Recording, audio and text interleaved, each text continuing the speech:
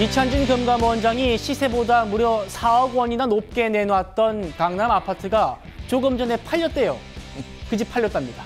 알고 봤더니 비판 여론이 거세지니까 실거래가였던 한 달 전에 팔렸던 18억 원으로 슬그머니 4억 원을 내려서 내놨고, 그러니까 하루 만에 곧바로 팔렸다는 겁니다.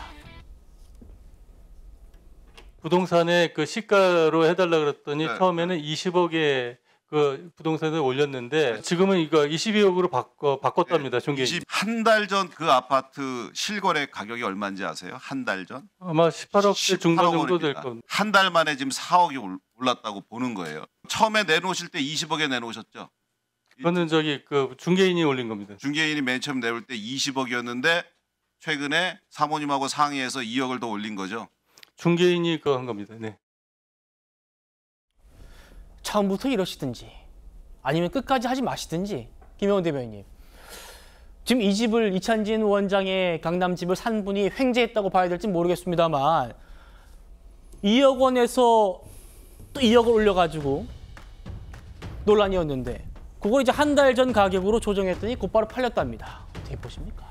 네, 황금 매물이다. 네, 부동산 황금 전문 네, 용어로 줍줍했다 하시는 분이 나타나는 것 같은데 이렇게 내놓으면 당연히 팔리죠. 저는 근데 진작부터 그냥 빨리 한 채를 매각을 하셨으면은 이런 사달이 안 났을 테라는 생각이 듭니다. 예. 사실 국민들에게는 이 10.15 대책 때문에 내 집 한 채 마련하기도 어려워지지 않았습니까? 그런데 이 정책을 내놓으시는 분은 정작 정말 신고가도 한번 찍으시고 22억에 네, 이렇게 프리미엄을 누리신다는 사실이 많은 국민들에게는 상대적인 박탈감을 좀 불러일으키는 것 같고요. 저는 이분이 처음에 자녀에게 양도를 한다고 했다가 이제 문매를 맞으니까 그러면 처분하겠다라고 하면서, 그런데 처분은 하는데 두 채 모두 작업실이나 서재를 겸하기 때문에 불편하다라고 했던 그 해명을 저는 잊을 수가 없습니다. 예. 4인 가구가 47평에 사는 것이 그것도 두 채나 가지고 있는데 책이 많기 정확히는 때문에 고통스럽다고 했죠. 네, 그렇습니다. 고통스럽다고 하는 게 정말 일반 서민들 두 번 죽이는 그런 발언이 아닌가 싶고요. 예.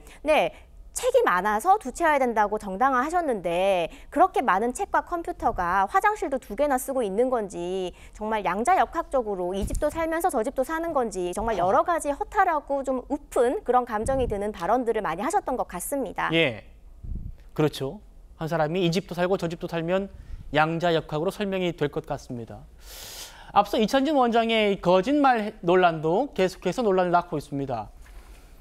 조경희 위원장님, 22억으로 올린 거 이렇게 4억 내려가지고 한 달 전에 실거래가로 팔면 한 달 만에 팔리는데 정작 팔 생각이 있었느냐, 그래서 지금 그런 얘기 나왔던 거 아닙니까?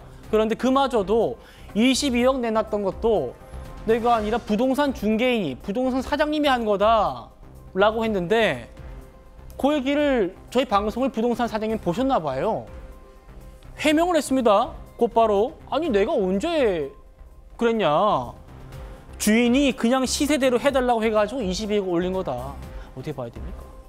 글쎄요, 이게 그 지금 이 그 우면동 그 아파트 시세가 한 2주 사이에 뭐 거의 며칠마다 1억씩 올라가는 호가가 지금 그렇게 붙어 있습니다. 근데 10.15 대책 이후에 사실 실거래 가능한 매물이 많지 않기 때문에 매매 가능한 매물들에 대해서는 호가가 계속 올라가고 있는 상황이었던 것 같아요. 예. 그렇다 보니까 이제 내놓긴 내놨고 뭐 부동산 중개업소하고 통화하다 보면 그냥 시세대로 해달라 이렇게 얘기했으면 그게 실세가 뭐 지난주에 비해서 2억 올라갔기 때문에 저렇게 된 거죠. 근데 뭐 내가 올린 게 아니다 이렇게 얘기하기엔 이게 지금 이 사안의 민감도, 그리고 이찬진 위원장이 국회에서 한 발언 때문에 계속 문제되고 있고 국민 정서와 좀 맞지 않는 게 아니냐는 비판이 계속되고 있었다면 이 처분 과정에서도 좀 더 꼼꼼하게 하셨으면 어땠을까. 네. 아쉬움이 남습니다. 이게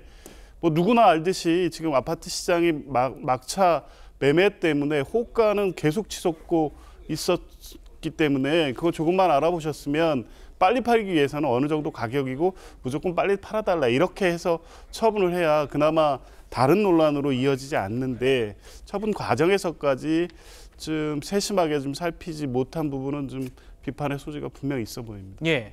금감원장이 지금 이 문제로 몇 번의 논란을 거쳤습니까?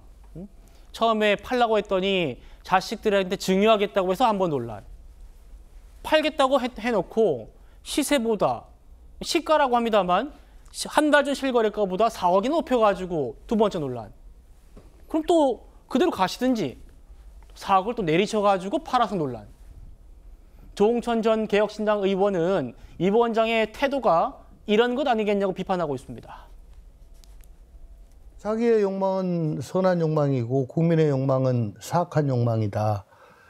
이런 거 아닌가요? 예. 그 도덕적 잣대가 항상 내로남불이니까 또 과거 문재인 정부 때 그 김조원 민정수석 집두채 있어가지고 하나 처분하라 그러니까 초계와 같이 민정수석을 버리고 네. 지금 아마 사모님한테 칭찬 많이 받고 있을 것 같은 생각이 집값이 듭니다. 많이. 이현정님 어떻게 보십니까? 자, 이번 이제 11호 대책의 핵심은 뭐냐면 그동안 부동산 가격이 오른 게 호가가 많이 올라갔기 때문에 그렇죠. 그러면서 이제 부동산 가격을 연쇄적으로 상승시켰잖아요. 이제 그런 것들을 좀 잡아내겠다라는 게 이번 정책의 핵심이지 않습니까? 근데 정작 이번에 이제 금감원 이찬희 금감원장은 사실은 금융권을 관리하는 분입니다. 이제 대출 같은 걸 관리하는 분이잖아요. 근데 이분이 오히려 그런 것들을 앞장서서 했어요.